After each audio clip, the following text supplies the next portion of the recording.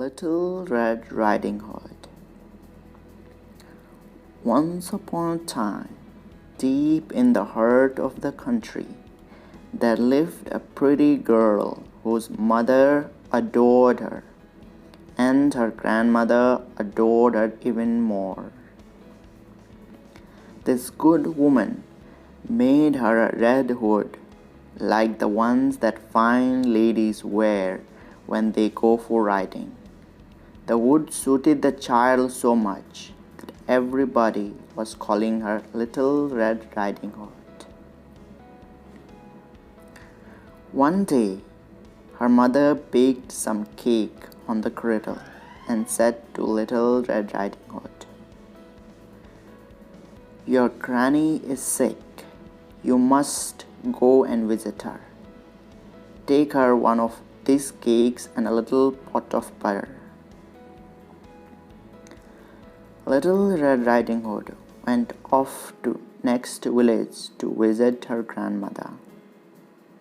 As she walked through the wood, she met a wolf who wanted to eat her but did not dare to because there were woodcutters working nearby.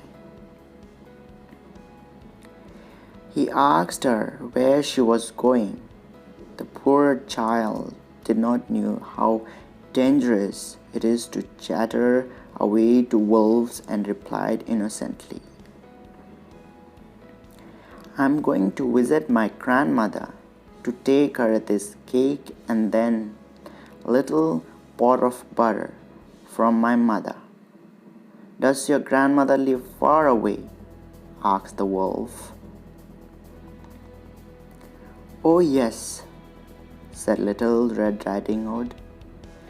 "She lives beyond the mile you can see over there. In the first house you will come in the village." "Well, I shall go and visit her too," said the wolf. "I'll take this road and you shall take that road, and let's see who can get there first." The wolf ran off by the shortest path, and Little Red Riding Hood went off the longest way, and she made it still longer because she doodled along, gathering nuts and chasing butterflies, and picking up bunches of wayside flowers. The wolf soon arrived at grandmother's house.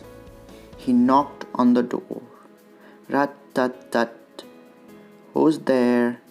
"Your granddaughter, Little Red Riding Hood," said the wolf, disguising his voice. "I've bought you a cake baked on the grill and a little pot of butter from my mother." Grandmother was laying down on the bed because she was poorly. She called out, "Lift up the latch and walk in." The wolf lifted the latch and opened the door. He had not eaten for 3 days. He threw himself on the good woman and gobbled her up, then closed the door behind him and lay down in grandmother's bed to wait for Little Red Riding Hood. At last she came knocking on the door. "Rat-tat-tat. Who's there?" Little Red Riding Hood heard the hoarse voice of the wolf and thought that her grandmother must have got a cold. She answered, "It's your granddaughter. It's your Little Red Riding Hood. I've bought you a cake baked on the griddle and a little pot of butter from my mother." The wolf disguised his voice and said, "Lift up the latch and walk in." Little Red Riding Hood lifted the latch and opened the door. When the wolf saw her, Come in. He hid himself under the bedclothes and said to her, Put the cake and the butter down on the bread bin and come and lay down with me. Little Red Riding Hood took off her clothes and went to lay down in the bed. She was surprised to see how odd her grandmother looked. She said to her, Grandmother, what a big arms you have. All the better to hold you with, my dear. Grandmother, what a big legs you have.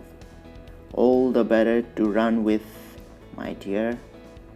Grandmother, what big ears you have. All the better to hear with, my dear. Grandmother, what a big eyes you have. All the better to see with, my dear. Grandmother, what a big teeth you have. All the better to eat you up. At that, the wicked wolf threw himself upon Little Red Riding Hood and gobbled her up too. The end. Thank you for watching.